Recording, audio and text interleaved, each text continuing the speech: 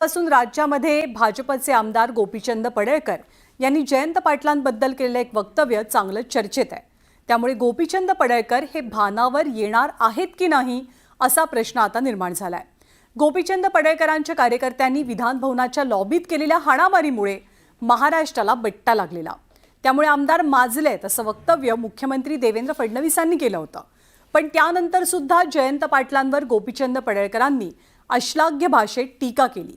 त्यामुळे पडळकरांना आता आवरणार तरी कोण असा प्रश्न निर्माण झालाय।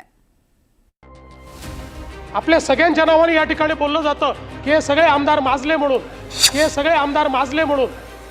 जरा काही गांभीर्याने घ्या।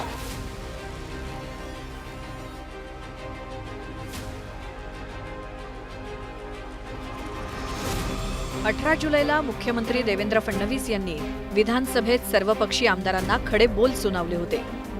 आमदारांमुळे सर्व नेत्यांना जनता शिव्या देत असल्याचं मुख्यमंत्र्यांनी सांगितलं होतं। कारण 17 जुलै रोजी विधान भवनाच्या लॉबीत आमदार गोपीचंद पडळकरांच्या कार्यकर्त्यांनी आमदार जितेंद्र आव्हाडांच्या कार्यकर्त्यांवर हल्ला केला होता। यूपी बिहारमधील नेत्यांनाही लाज वाटावी असं ते दृश्य होतं। मुख्यमंत्र्यांनी खडेबोल सुनावल्यानंतर तरी गोपीचंद पडळकर सुधारतील असं वाटलं होतं। मात्र गोपीचंद पडळकरांना सुधारण्याचा छंदच नसल्याचं त्यांनी अश्लाघ्य वक्तव्यातून दाखवून दिलं। अरे जयंत पाटला, तुझ्यासारखा भिकारी अवलाद गोपीचंद पडळकरची नाही। माझ्या ती धमक आहे कार्यक्रम करायची।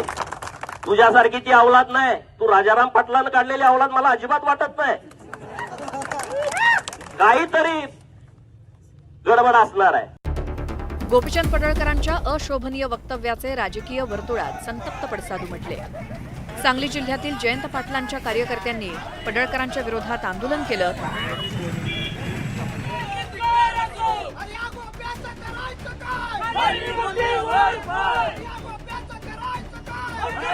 तर सर्वच राजकीय पक्षाच्या नेत्यांनी पडळकरांचा समाचार घेतला। शरद पवारांनी मुख्यमंत्री देवेंद्र फडणवीस यांना फोन केला। ही भाषा आणि वृत्ती गलिच्छ आहे, महाराष्ट्राच्या सुसंस्कृत राजकारणाला शोभणारी नाही अशा शब्दात पवारांनी तीव्र नाराजी व्यक्त केली। तर जयंत पाटलांनी गोपीचंद पडळकरांवर कोणतीही प्रतिक्रिया दिली नाही। मात्र सुप्रिया सुळेंनी जोरदार तोफ डागली।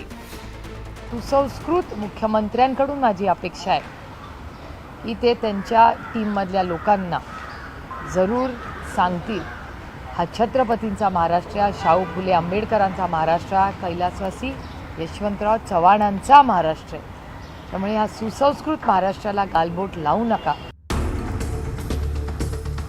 राज्य सरकारमध्ये भाजपसोबत सत्तेत असलेल्या अजित पवारांच्या राष्ट्रवादी काँग्रेसच्या नेत्यांनी भाजप आमदार गोपीचंद पडळकरांचा मुलाहिजा न बाळगता खरमरीत टीका केली। भारतीय जनता पार्टीच्या संस्कृतीला ते शोभणारी टीका नाही। दुसरी गोष्ट की त्या टीकेचं कोणीही समर्थन करत नाही।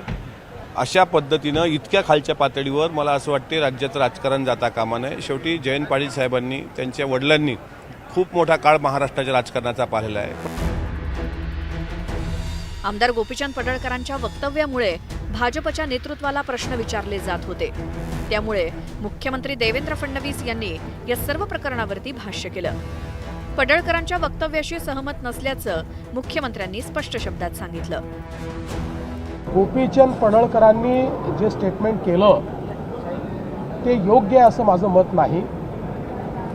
कोणाच्याही वडिलांबद्दल किंवा परिवाराबद्दल स्टेटमेंट करणं हे योग्य नाही आहे। या संदर्भात गोपीचंद पडळकर यांच्याशी मी बोललेलो आहे, त्यांनाही मी सांगितलेलं आहे।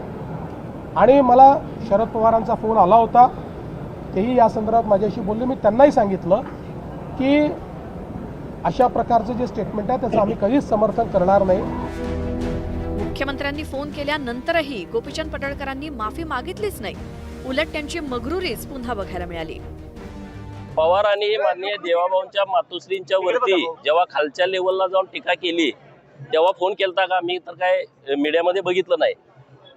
नंतर देशाचे पंतप्रधान, जागतिक नेते माननीय नरेंद्र मोदी साहेबांच्या मातोश्रीवरती AI च्या माध्यमातून एक चुकीचा व्हिडिओ तयार केला तेव्हा पवारांनी माननीय मोदी साहेबांना फोन करून निषेध वगैरे व्यक्त केला का?